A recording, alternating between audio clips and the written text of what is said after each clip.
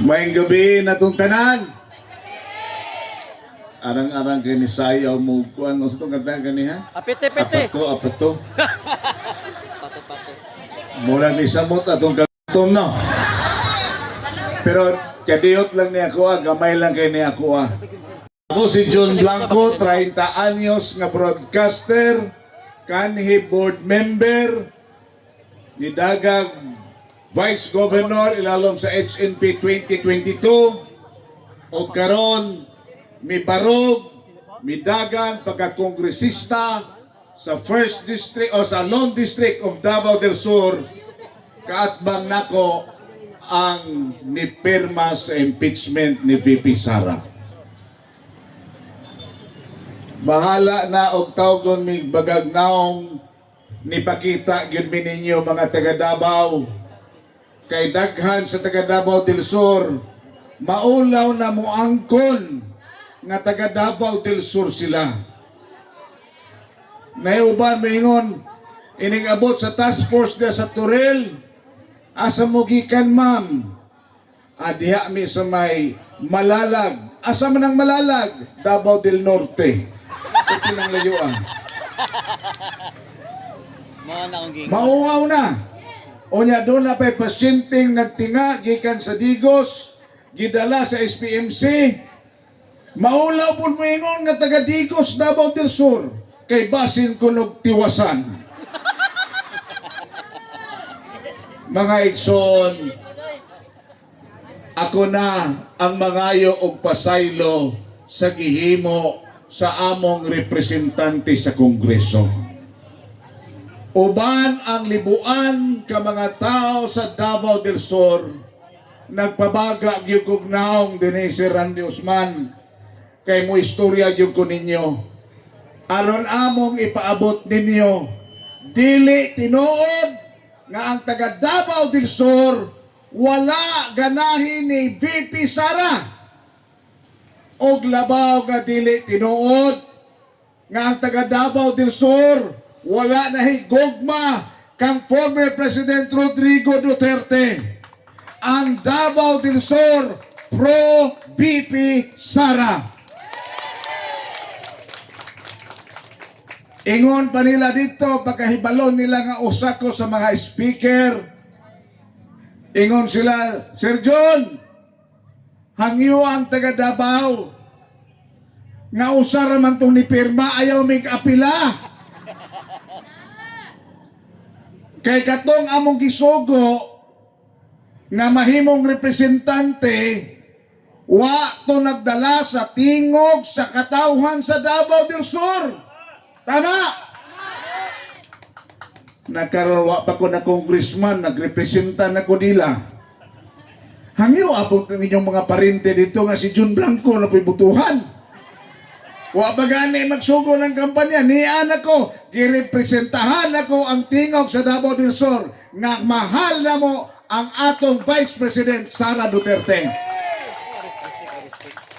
Tuod man, nasayod naman siguro ang uban o kadaghanan ngas kang luuyag yun sa nipirma. May gani kay tarpulin ray lang nakitaan, ang tarpulin ray ilang gipasipadan, gikunis-kunis ang naong.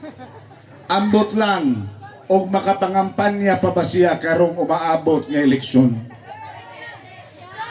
Ang ubang congressman nga namirma duha ka adlaw, duha ka gabi wa ni gawas-gawas silang kwarto. Way tulog, tinuna kay naghubag ang mata. Naingon sila, ang among congressman po dito Sir Juno, naghubag ng mata, way gawas-gawas sa kwarto, human nga nakapirma. Luoy po no, kung ano man, nabuntagan intawag inihap. Laliman ka. Ha? Nabuntagan detong inihap. Dako siguro, sinsilyo siguro gihatag sa taas. Pero mga igsoon, nasuko man ta sa pagluib sa mga kongresista na nipirma kay kuno nakadawat sila kwarta, maupod unta ang mga butante. Masuko ta nga ibaligya na to atong boto tungod lang sa kwarta o gayuda. dili ta mo sugot nga linglahon ta ng ayuda-ayuda kay kanang kwartaha dili manailaha. Ato ana ang kapait pa sa ayuda ang ilista ang ilahara. Kung magsara-sara mo di mo apil og lista.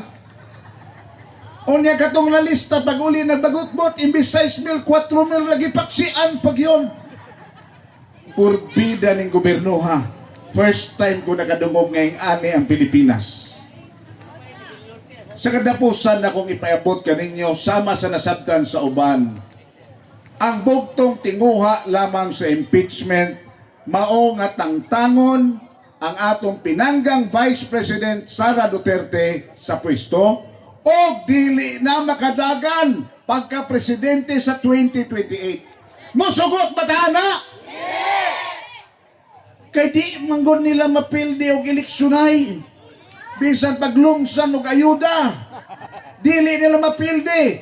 2028, balik ang Duterte sa Malacanang.